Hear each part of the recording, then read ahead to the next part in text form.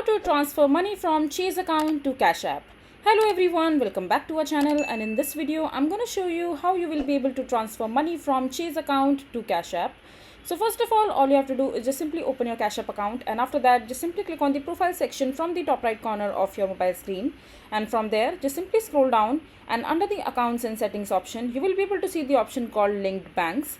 Just simply tap on it and click on link debit card, and then press on no card from the bottom left corner, and over here you have to select the institution. So for example, you want to transfer the money from your Chase account to Cash App, so you need to connect your Chase account to Cash App. So just simply select Chase from here, and after that you have to log in into your Chase bank account.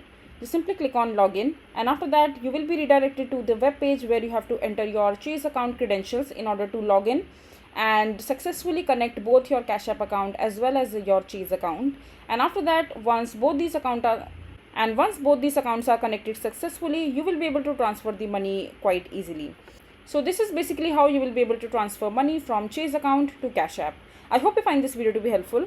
So that is it for this video. If you find this video to be helpful, make sure to hit that like button and don't forget to subscribe to our channel for more such informative videos, and I'll see you the next time.